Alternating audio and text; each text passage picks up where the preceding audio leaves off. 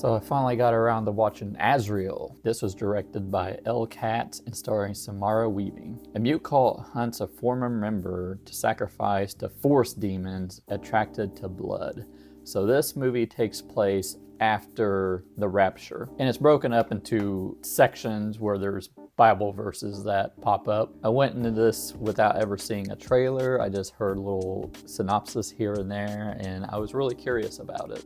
I feel like Samara Weaving is one of those actresses that choose interesting projects similar to like Margaret Qualley or Kyle Gallner. So basically this is almost like a silent film, except for there's no words that pop up or anything. It's just silent, like no one's talking. I mean, there is a part where someone is speaking, but I won't really go into that. So it's a unique post-apocalyptic setting because it's not hiding the supernatural element. They show this demon thing that crawls out of the forest and is pretty creepy looking. I've heard complaints about the design of it, that it kind of looks cheap and stuff. I like the simple design of it. It just looks like a charred corpse, maybe like a vampire who got burnt in the sunlight or something, but I dug the look of it. And it's got great acting. Samara Weaving, I mean, she kills in about every role she's in, even like a small one like she was in the last Scream movie. And the acting overall is like really good.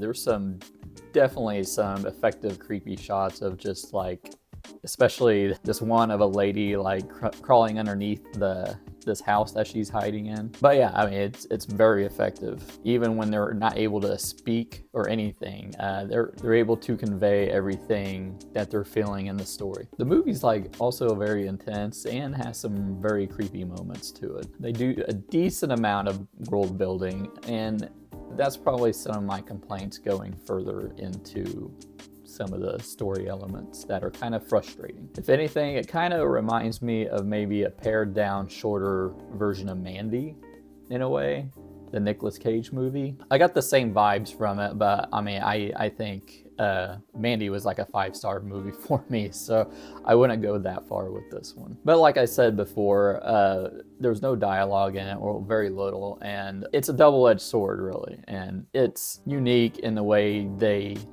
go about this like cult who don't speak, who have like their vocal cords removed. But it's also a little frustrating because you're trying to fill holes in what's going on. What is this world, you know? I will say this, if you see drawings or anything, pay attention to those, okay? Because it's got a little bit of a twist ending. It's not too much of a twist, but it will fill in some of the holes that you're wondering about, kind of answer some of the questions that you might have in that last part of the movie. There was like one really stupid decision the main character, played by Samara Weaving, well, her name is Azrael, I guess, that Azrael makes towards the end of the movie that leads into the third act. And then like the last act, it really didn't go well with the rest of the movie. It didn't have the same flow to it. It was very actiony and everything. But I will say the very ending, I liked it a lot. Not to like be spoiler or anything, but it seems like there's a lot of similar movies with this idea of Antichrist or the post-apocalypse with Immaculate, the Omen prequel. And I think this kind of does it the best, in my opinion. But I won't go further into it. So I mean, I give Azrael probably a solid 4 stars. I really liked it. I mean, it's a quick movie. I mean, I definitely have some problems with it, but just we're wanting original movies, you know? This is pretty original, even though it kind of has its shortcomings when you're introducing people who don't speak, but it definitely makes you pay closer attention, or at least you should be paying closer attention to what's going on and the clues that it's giving you.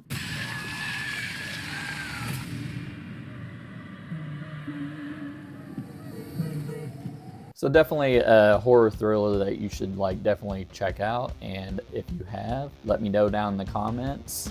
Hit subscribe, hit that bell icon. If you want to see some of more of these solo movie reviews, just hit a like and let me know, because I'll do more of them since Penny isn't able to watch all the movies that I watch. But thanks for watching anyway, and I'll see you later.